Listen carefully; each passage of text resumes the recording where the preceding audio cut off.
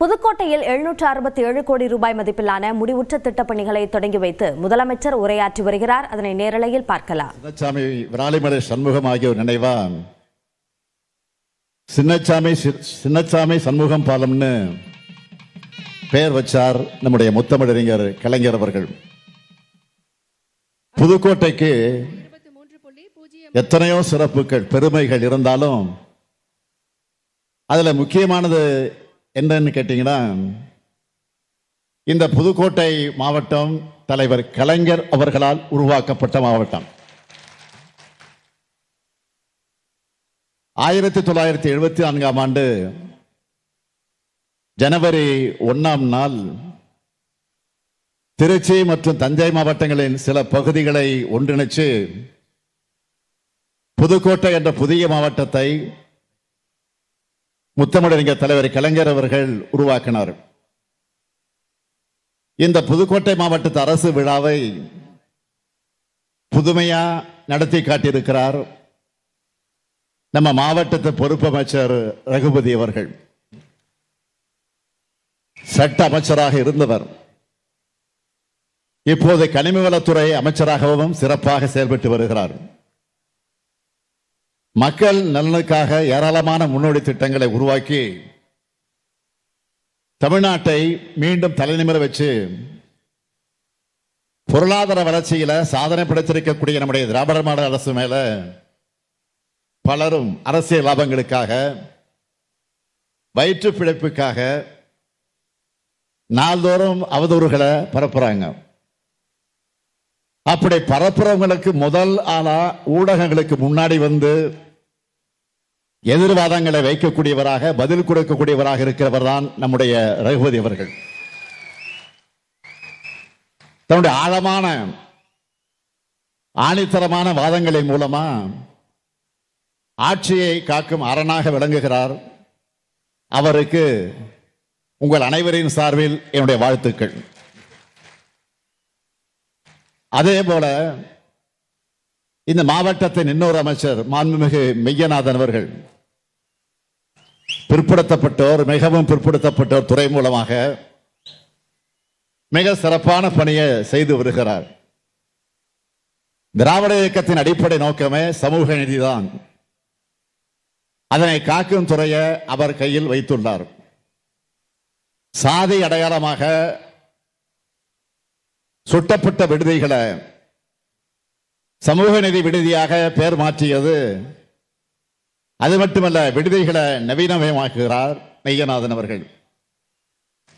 அனைவருக்குமான அரசு என்பதை மெய்ப்பித்து வருகிறார் மெய்யநாதன் அவர்கள். இந்த அரசு விழாவை மிக சிறப்பாக ஏற்பாடு செய்துள்ள ரகுபதி அவர்களுக்கும் மாண்புமிகு அமைச்சர் மெய்யநாதன் அவர்களுக்கும் அவருக்கு துணை நிற்கக்கூடிய சிறப்பாக செயல்படக்கூடிய மாவட்ட ஆட்சியர் அருணா அவர்களுக்கும் மாவட்டத்தினுடைய அரசு அதிகாரி அனைவருக்கும் எனது பாராட்டுக்கள், வாழ்த்துக்கள். இந்த நிகழ்ச்சியின் மூலமாக 223 கோடி ரூபாய் மதிப்பிலான 577 முடிவுற்ற பணிகளை தொடங்கி வச்சு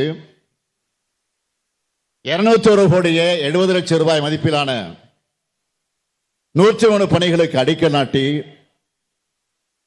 43,993 பேருக்கு 341 கோடியே 77 லட்சம் ரூபாய் மதிப்பிலான நலத்திட்ட உதவிகள் வழங்கக்கூடிய நிகழ்ச்சியாக ஏற்பாடு செய்யப்பட்டிருக்கிறது.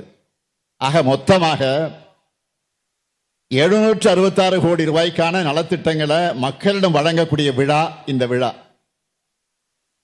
இன்னைக்கு திருமயத்தில் உருவாக்கி இருக்கக்கூடிய 10 கோடி ரூபாய் மதிப்பிலான அரசு மருத்துவமனையையும் அரிமள ஒன்றியத்தில் புதுசாக கட்டப்பட்டிருக்க சமத்துவபுரத்தையும் திறந்து வச்சிருக்கிறோம். இதுக்கான ஒப்புதலை என்கிட்ட வாங்கும்போது நம்ம திராவிட மாடல் ஆட்சி அமைஞ்சதுல இருந்து இந்த புதுக்கோட்டை மாவட்டத்தில் நிறைவேற்றப்பட்டிருக்கக்கூடிய பணிகளை அந்த பட்டியலை வாங்கி நான் பார்த்தேன். பிரமிப்பா இருந்துச்சு. அந்த பட்டியலில் இருந்த பணிகளில் முக்கியமான சிலவற்றை மட்டும் சொல்லணும்னா,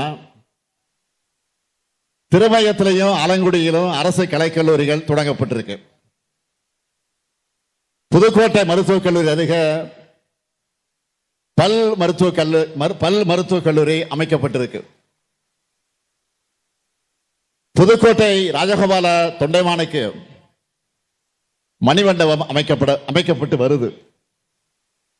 திருமயம் தொகுதியிலும் ஆலங்குடி தொகுதியிலும் நெல் கொள்முதல் நிலையம் அமைக்கப்பட்டிருக்கு. புதுக்கோட்டை அண்ணா சிலையிலிருந்து அறந்தாங்கி செல்லும் சாலையில் கீரனூர் வர 40 கோடி ரூபாய் மதிப்பீட்டில் சாலைகள் மேம்படுத்தப்பட்டிருக்கு. 344 அரசு பள்ளிகளில் ஆய்வகங்கள் அமைக்கப்பட்டிருக்கு. 33 திருக்கோயில் பணிகள் செய்யப்பட்டிருக்கு. இப்படி ஏராளமான திட்டங்களை வரிசையா சொல்லிக்கிட்டே இருக்கலாம். இத்தனை திட்டங்கள் செஞ்சிருக்கோம்னு திருப்தி அடைகிறவன் இல்லை நான். இன்னும் செய்யணும் ஊக்கம் கொண்டு உழைக்கிறவன் இங்க வந்துட்டு உங்களை சந்திச்சுட்டு புது அறிவிப்புகளை வெளியிடாம இருப்பானா? அப்படியே வெளியிடாம போனா இங்க விட்டுருவீங்களா? நம்முடைய அமைச்சர்களாக என்ன விடுவாங்களா? விட மாட்டாங்க. இந்த நேரத்தில் புதுக்கோட்டை மாவட்டத்திற்கு 6 புதிய அறிவிப்புகளை நான் வெளியிட போறேன்.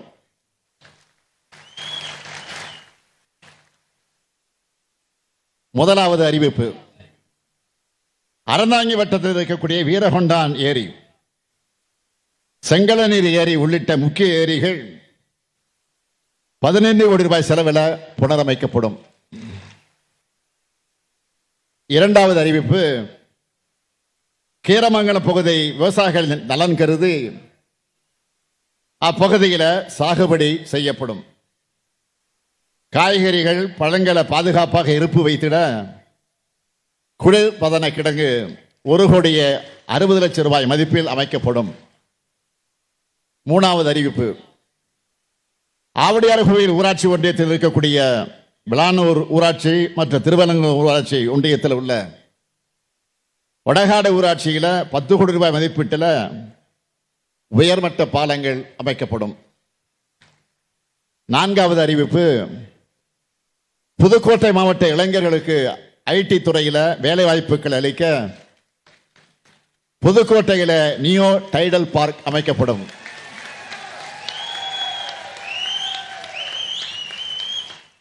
அடுத்து 2 அறிவிப்பும் கொஞ்சம் ஸ்பெஷல் அறிவிப்பு.